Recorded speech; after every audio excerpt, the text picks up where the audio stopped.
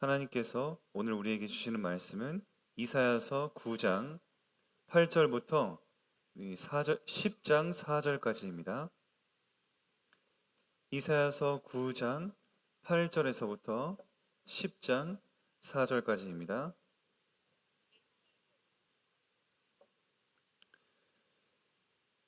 찾으셨으면 제가 읽겠습니다. 주께서 야곱에게 말씀을 보내시며 그것을 이스라엘에게 임하게 하셨은즉 모든 백성 곧 에브라임과 사마리아 주민이 알 것이오늘 그들이 교만하고 완악한 마음으로 말하기를 벽들이 무너졌으나 우리는 다듬은 돌로 쌓고 뽕나무들이 지켰으나 우리는 백향목으로 그것을 대신하리라 하는도다. 그러므로 여호와께서 르신의 대적들을 일으켜 그를 치게 하시며 그의 원수들을 격동시키리니 앞에는 아람 사람이요 뒤에는 블레셋 사람이라. 그들이 모두 입을 벌려 이스라엘을 삼키리라. 그럴지라도 여호와의 진노가 돌아서지 아니하며 그의 손이 여전히 펴져 있으리라. 그리하여도 그 백성이 자기들을 치시는 이에게로 돌아오지 아니하며 만군의 여호와를 찾지 아니하도다. 그러므로 여호와께서 하루 사이에 이스라엘 중에서 머리와 꼬리와 종려나무 가지와 갈대를 끊으시리니 그 머리는 곧 장로와 존귀한 자요 그 꼬리는 곧 거짓말을 가르치는 선지자라. 백성을 인도하는 자가 그들을 미혹하니 인도를 받는 자들이 멸망을 당하는도다. 이 백성이 모두 경건하지 아니하며 악을 행하며 모든 입으로 망령되이 말하니 그러므로 주께서 그들의 장정들을 기뻐하지 아니하시며 그들의 고아와 과부를 긍휼히 여기지 아니하시리라. 그럴지라도 여호와의 진노가 돌아서지 아니하며 그의 손이 여전히 펴져 있으리라. 대저 악행은 불타오르는 것 같으니 곧 찔레와 가시를 삼키며 빽빽한 수풀을 살라 연기가 위로 올라가게 함과 같은 것이라. 만군의 여호와의 진노로 말미암아 이 땅이 불타리니 이 백성은 불의 섭과 같을 것이라. 사람이 자기의 형제를 아끼지 아니하며 오른쪽으로 움킬지라도 줄이고 왼쪽으로 먹을지라도 배부르지 못하여 각각 자기 팔에 고기를 먹을 것이며 므낫세는 에브라임은 므낫세를 먹을 것이요 또 그들이 합하여 유다를 치리라. 그럴지라도 여호와의 진노가 돌아서지 아니하며 그의 손이 여전히 펴져 있으리라. 불의한 법령을 만들며 불의한 말을 기록하며 가난한 자를 불공평하게 판결하여 가난한 내 백성의 권리를 박탈하며 과부에게 토색하고 고아의 것을 약탈하는 자는 화 있을진저 벌하시는 날과 멀리서 오는 날 환난 때에 너희가 어떻게 하려느냐. 누구에게로 도망하여 도움을 구하겠으며 너희의 영화를 어느 곳에 두려느냐. 포로된 자 아래에 굽으리며 죽임을 당한 자 아래에 엎드러질 따름이니라. 그럴지라도 여호와의 진노가 돌아서지 아니하며 그의 손이 여전히 펴져 있으리라. 아멘. 오늘 말씀의 제목이 그의 손이 여전히 펴져 있으리라입니다. 이 그는 누구입니까? 하나님입니다. 하나님의 손이 여전히 펴져 있겠다라는 말이 무슨 말 같으십니까? 긍정적인 사인 같으십니까? 부정적인 사인 같으십니까? 하나님의 손이 함께한다라고 보통 하면 손이 함께한다라고 하면 보호가 있는데 손을 들어서 친다라고 하면 부모가 자녀를 혼내는 것처럼 혼을 내고 부정적인 이미지인데 여기에서는 지금 이 문맥상 당연히 부정적인 이미지입니다. 근데 이것이 몇 번이나 나오냐? 4번이나 나옵니다. 우리 앞에 9장 12절, 17절, 또 21절, 그리고 마지막 우리 10장 4절에 계속 그래도 그의 손이 여전히 펴져 있으리라. 이것은 무슨 말입니까? 여러분 누군가와 싸운 적이 있으신지 모르겠습니다. 혹은 부모님에게 혼나보신 적이 있는지 모르겠는데 그랬을 때 한 대만 맞고 끝나는 것이 아니라 만약에 계속 손이 들려있다, 손이 펴져 있다. 이것은 무슨 사인입니까? 더 혼나야 될 상황이구나. 내가 더 맞아야 될 상황이구나. 이것들을 우리는 인지하지 않습니까? 쉽게 말해서 그런 상황이라고 보시면 됩니다. 한 번 맞았는데 안 되고 하나님은 손을 여전히 펴고 쳐다보고 계십니다. 2번, 3번, 4번 이렇게 여전히 그의 손이 펴져 있다. 아버지이신 하나님이 우리에게 더 혼내야지 우리가 정신 차릴 거라는 그 얘기인데, 이렇게만 보면 오늘 본문만 보면은 그냥 좀 슬픈 얘기뿐입니다. 그런데 우리 중요한 연결 부분을 말씀드리기 전에 이들이 도대체 어땠길래, 그러면 자녀들 입장에서 어떠한 마음이었길래 이렇게까지 하나님이 하시는가에 대해서 한번 봐야겠습니다. 우리 9절에 보니까 모든 백성 이렇게 써 있습니다. 모든 백성 곧 에브라임과 사마리아. 자, 보면은 에브라임은 뭐냐면 에브라임은 북이스라엘을 그냥 통칭해 지칭한다고 말씀드렸습니다. 왜냐하면 원래 야곱의 첫째 아들이 므낫세라는 사람인데 둘째 아들이 에브라임입니다. 근데 에브라임 지금 자꾸 나오는 얘기가 둘째 아들 얘기하는 거 아닙니까? 그냥 보통 보면은 첫째 아들 므낫세 이렇게 불러야 되는 거 아닌가? 근데 하나님 어떻게 옛날에 작업하셨습니까? 야곱이 축복을 할 때 오른손 왼손을 교차해 가지고 이렇게 축복했습니다. 내 장자의 축복은 너다, 에브라임.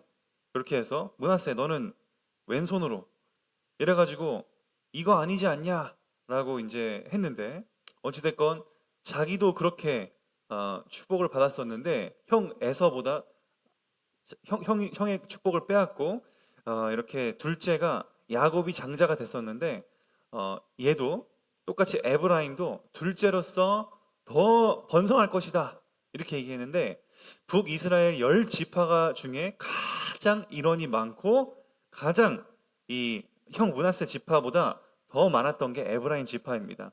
그러니까 앞으로 이사야 읽으실 때 에브라임 나오면 북이스라엘 중에 제일 인원이 많고 제일 어떻게 보면 힘 있고 대표 지파구나 이렇게 볼 수가 있습니다. 사마리아는 뭡니까? 북이스라엘의 수도입니다. 그러니까 모든 북이스라엘 사람들을 지금 얘기하고 있는 것입니다. 모든 북이스라엘 사람, 한마디로 북이스라엘은 아수르한테 망할 거다. 근데 모든 백성, 그 안에 남은 자가 있었는지 없었는지 우리는 정확하게 알 수 없습니다만, 문자적으로 보면은 진짜 다 정말 어떻게 그렇게 예배를 잃어버리고, 근데 그도 그럴 것이다 라고 싶은 부분들이 참 역사를 보면 많습니다만, 어쨌건 모든 백성이 주민이 알 것인데 그들이 교만하고 완악한 마음으로 말하기를, 저는 이거 읽을 때마다 좀 무섭습니다. 한번 10절 보십시오. 벽돌이 무너졌는데 우리는 다듬은 돌로 다시 쌓으면 되고, 뽕나무들이 찍혔는데, 좀 더 사실적으로 말씀드릴까요?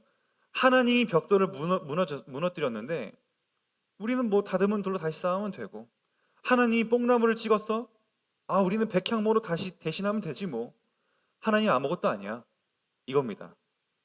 하나님 아무것도 아니라 할 만큼 하나님이 심판하는 것도 우습다라는 겁니다.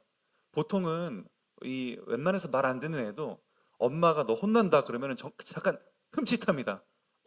하고 무서워하고 하는데, 중요한 것은 혼나도 그래 혼내봐. 혼나면 뭐 다시 놀면 되지 뭐. 우리 자녀 비유하면 되게 쉽습니다.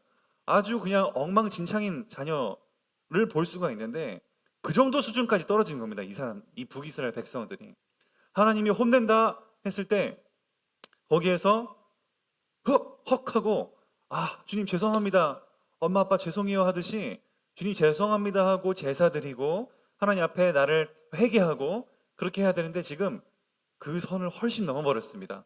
혼내면 뭐 어쩔 건데, 뭐 내가 다시 하면 되지? 하나님 내 집 칠 거야? 그러면 내가 집 다시 쌓으면 되지? 우리 유치하게 표현했지만 이것만큼 사실적인 표현이 없습니다. 하나님이 전혀 안 무서운 상황이 된 겁니다. 하나님의 진짜 화난 것을 보지 못했기 때문에, 그러니까 하나님이 계속 손을 펴고 있는 것입니다. 이해가 되십니까? 이 한 구절만 봐도 아버지 하나님께서 왜 진노를 멈출 수가 없는 것인가 라는 것을 볼 수가 있는 것입니다. 그러므로 11절에 여호와께서 르신의 대적들을 일으켜 그를 치게 하시고 원수들을 격동해서 앞에는 아람 사람 뒤에는 블레셋 사람 그 모두 입을 벌려 이스라엘을 삼킬 것이다.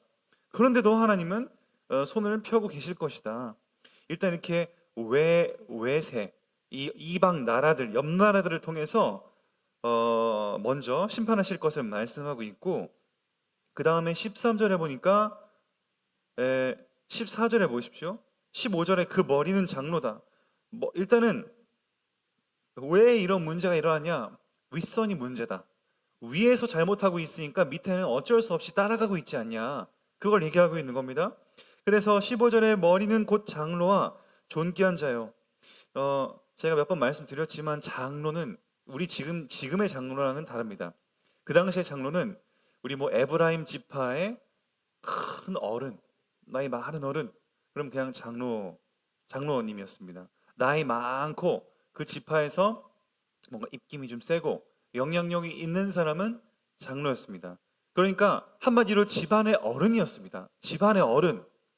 우리 할머니, 할아버지, 중조 할아버지 이런 분들인데, 그러면 어떻게 해야 되겠습니까? 어른이란 분이 뭔가 먼저 살아온 분으로서 모범을 보이고 이렇게 저렇게 해야 되는데 전혀 그럴 기미가 안 보이고, 그리고 장로와 존귀한 자들, 아주 존귀한 자, 존경받을 만하고 귀한 자들 아닙니까? 근데 전혀 존경받거나 귀한 행동을 안 하고 있는 것입니다.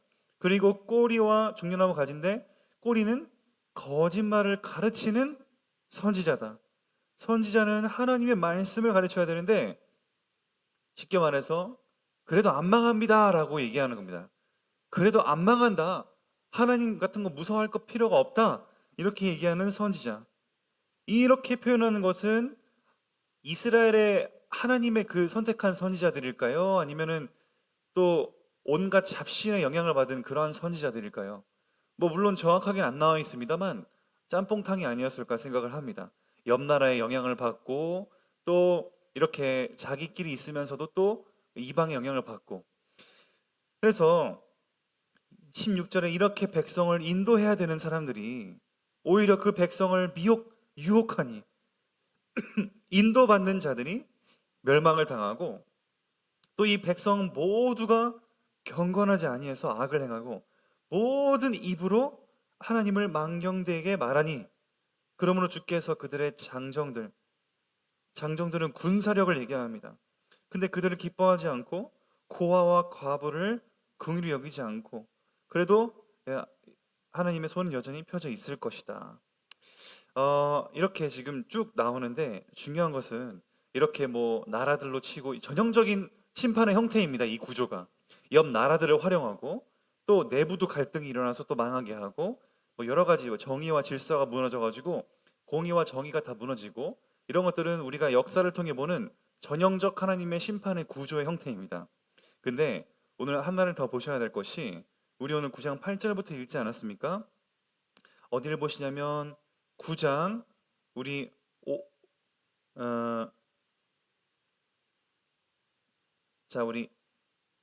6, 7, 8절 보겠습니다. 6, 7절 보겠습니다. 두 절만 보면 됩니다.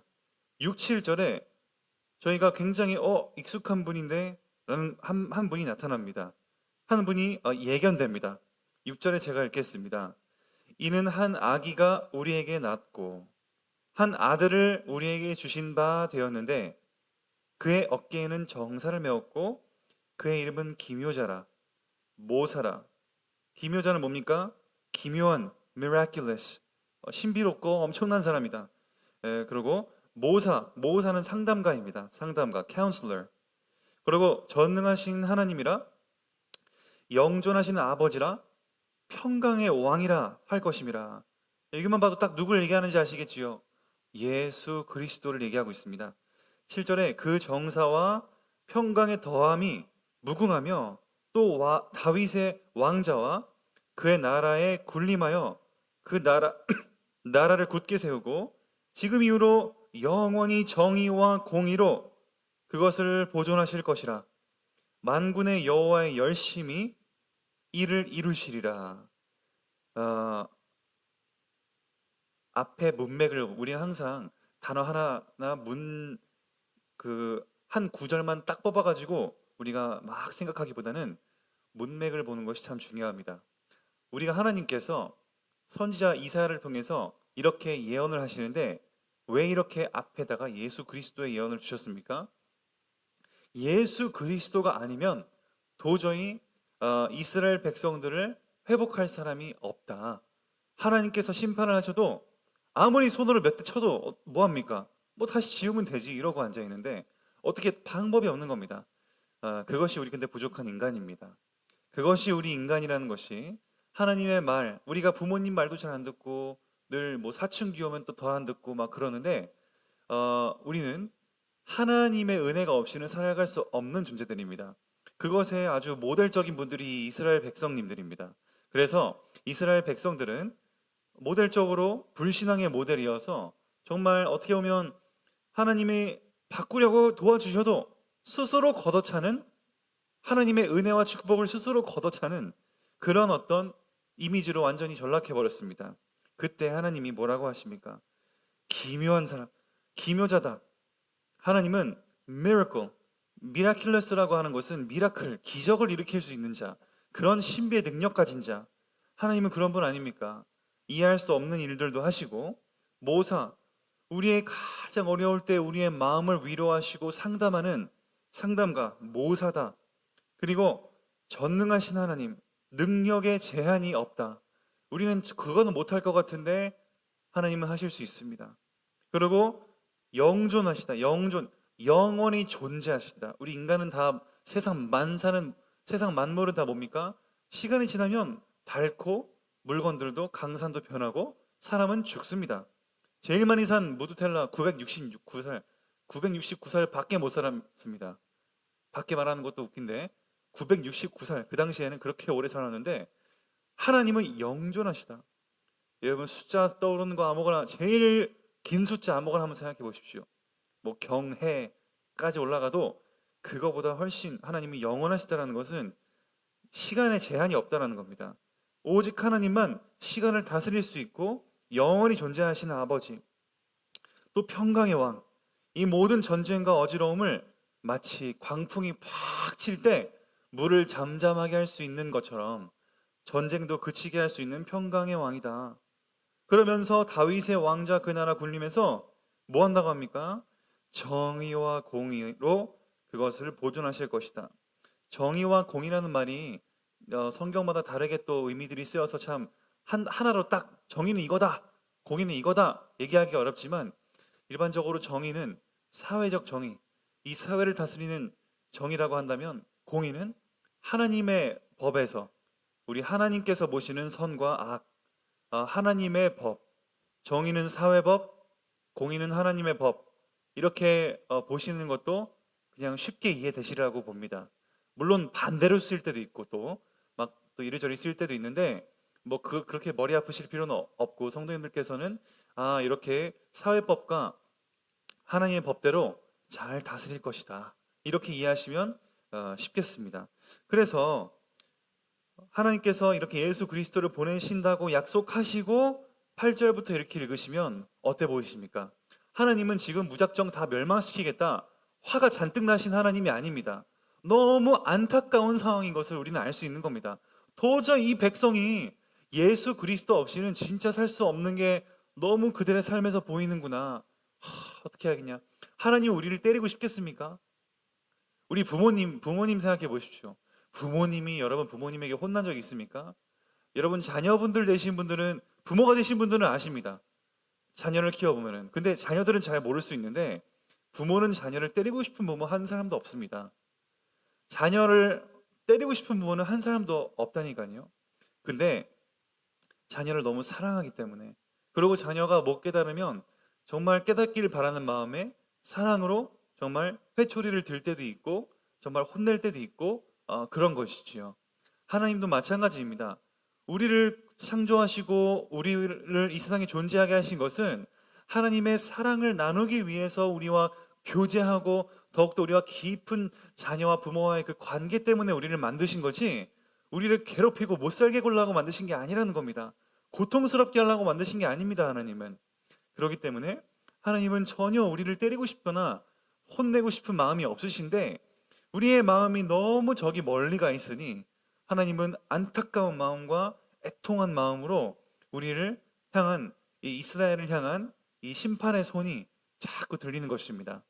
그런데 그 앞에 예수 그리스도를 보낸다는 것은 우리 모두가 예수 그리스도의 피로 씻기고 그분을 의지하지 않고는 절대 우리는 나아질 수가 없구나 라는 그 사실을 지금 하나님은 인지해주고 있고, 지금 시대로 적용하면은 그렇구나, 얼마나 감사한가. 예수 그리스도가 십자가에 피 못 박혀 피 흘려 죽으시고 그분의 죄 다 씻고 이제는 하나님의 의와 의가 우리에게 딱 들어왔으니, 이제는 내가 의로운 신분이 됐구나. 이제는 내가, 예전에는 하는 것마다 죄요, 하는 것마다 저주요, 죽음의 행동이었다면 이제는 내가 선도 다시 행할 수 있고 죄도 행할 수 있구나. 여러분, 이 당시에 하나님 떠나 있으면 죄밖에 선택할 수 있는 게 없습니다. 잘하려고 해도 우리는 선을 행할 수가 없는 입장이었습니다. 근데 지금 예수 그리스도로 구원받은 자는 하나님을 향한 선도 행할 수 있고 또 악도 행할 수 있는 선택권이 우리에겐 주어졌습니다. 그것이 이때와 다른 점이지요. 물론 하나님이 구원한 사람들은 그때도 동의를 했지만은, 하나님은 성령이 계시다가도 다윗처럼, 사울처럼 떠나가기도 했기 때문에 이 구원의 완성도가 완전히 다르지요. 우리는 그런 의미에서 너무너무 감사한 상황입니다. 하나님, 내 안에서 영원토록 내가 아무리 이렇게 죄짓고 실수하고 해도 나를 영원히 떠나지 않은 것에 감사합니다. 하나님, 이스라엘 백성들을 보니 마치 내 모습 같고 정말 하나님의 은혜가 없이는 살 수가 없으니 오늘도 예수 그리스도의 그 은혜, 하나님은 기묘자고 모사고 전능하신 하나님, 영존하신 아버지, 평강의 왕인데 그 하나님의 능력과 하나님의 사랑과 은혜를 내게 오늘도 충만히 더해 주시옵소서. 그분이 아니면 나는 이렇게 4번씩 하나님의 손을 펴서 때려도 정신 못 차릴 것 같습니다. 하나님, 나를 불쌍히 여겨 주시옵소서 라고 우리는 하나님 앞에 엎드리는 것입니다. 오늘도 우리 이스라엘 백성들을 보면서 쟤네는 왜 저러냐 도대체, 이렇게 하실 게 아니라 마치 내 모습 같구나, 나랑 별반 다를 게 없구나 보시면서 하나님께 우리가 다 같이 엎드리고 매달리는 귀한 성도님들 되시기를 예수 그리스도 이름으로 축복을 드립니다. 하나님, 감사합니다. 하나님은 기묘자고 전능하신 이고 평강의 왕이고 우리를 상담하시는 바로 모사인 줄 믿고, 오늘도 그분 주님이 없으면, 내 안에 계신 주님이 없으면 우리는 살아갈 수 없음을 고백합니다. 하나님, 우리가 실수하고 넘어질 때에도 주님의 은혜와 사랑으로 우리를 일으켜 세워주시고 우리가 늘 하나님과 더욱더 깊은 사랑의 교제를 나눌 수 있도록 축복해 주시고 불쌍히 여겨 주시옵소서. 예수 그리스도 이름으로 감사하며 기도드립니다. 아멘.